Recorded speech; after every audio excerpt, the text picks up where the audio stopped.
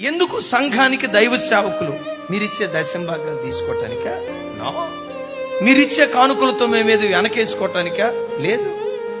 ఒక కాపరి బాధ్యత ఏంటంటే పరిశుద్ధులను సంపూర్ణులు చేయాలి, సంఘము క్షేమాభివృద్ధి పొందాలి, పరిచర్య ధర్మం జరగటానికి మినిస్ట్రీని దేవుడు పరిచర్యలో ఉంచాడు.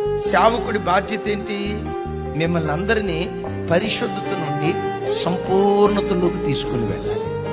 చిన్నదైనా పెద్దదైనా ఆదరించేటప్పుడు ఆదరించాలి, ఓదార్చేటప్పుడు ఓదార్చాలి, కృంగిపోయినప్పుడు చేయబట్టుకొని లేపాలి. అట్ దట్ సేమ్ టైం దారి తప్పినప్పుడు కూడా గద్దించే సేవకులను కలిగి ఉండటం దేవుడిచ్చిన వరం.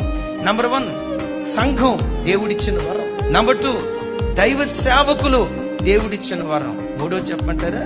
ప్రతి విశ్వాసి ఒక పరిచారకుడిగా బ్రతకటం, అది ఒక వ్యక్తికి దేవుడు అనుగ్రహించినటువంటి వరం.